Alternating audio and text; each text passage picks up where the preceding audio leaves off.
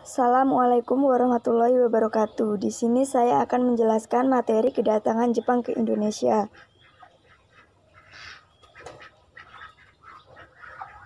Kedatangan Jepang ke Indonesia, kemenangan tentara Jepang di Perang Pasifik menjadi jalan untuk memasuki negara-negara Asia, termasuk Hindia, Belanda, Indonesia.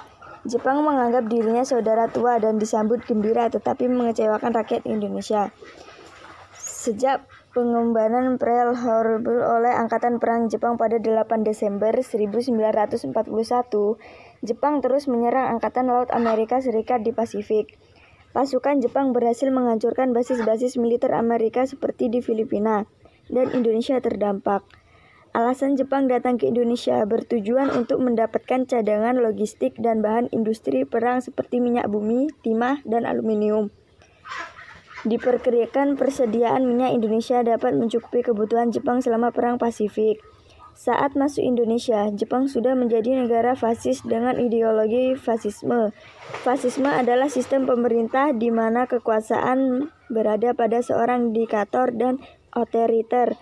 Negara fasis menjadi sangat nasionalis, chauvinistik, elitis, dan rasialis.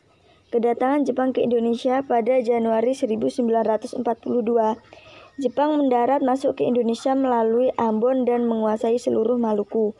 Meski pasukan Koninklijke Nederlandse Indonesisch Leger KNIL dan pasukan Australia berusaha menghalangi, tetapi tak mampu menahan kekuatan Jepang. Daerah Tarakan di Kalimantan Timur dikuasai oleh Jepang bersama dengan Balikpapan. 12 Januari 1942. Jepang menyerang Sumatera setelah berhasil masuk Pontianak. Bersamaan dengan serangan ke Jawa, Februari 1942.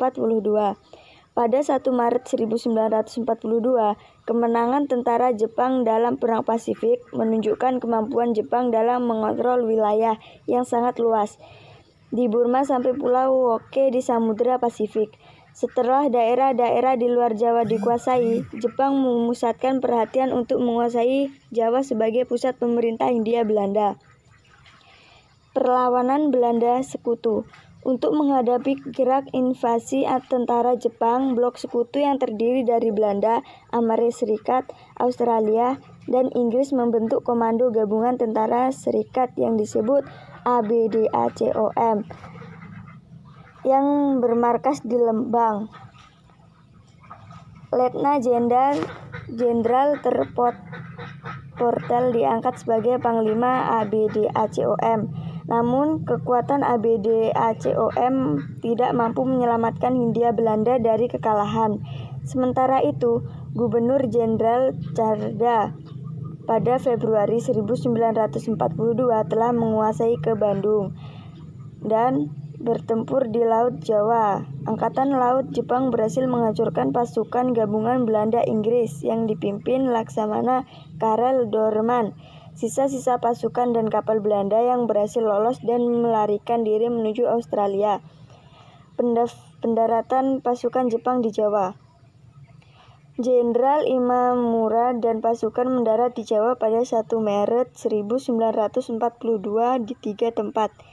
Pendaratan di Eretan Wetan Indramayu dipimpin Kolonel Tonishori. Pendaratan di Bojonegoro dikoordinasi Majen Taushihashi. Tempat-tempat tersebut memang tidak diduga oleh Belanda sebagai tempat pendaratan tentara Jepang. Jepang tidak menyerang Jakarta karena Belanda mempersiapkan Jakarta sebagai terbuka.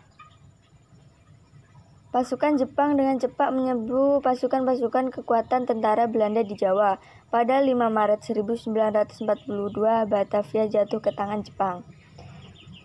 Tentara Jepang terus bergerak ke selatan dan menguasai kota Boitenzorog, Bogor. Kota-kota lain di Jawa juga jatuh ke tangan Jepang.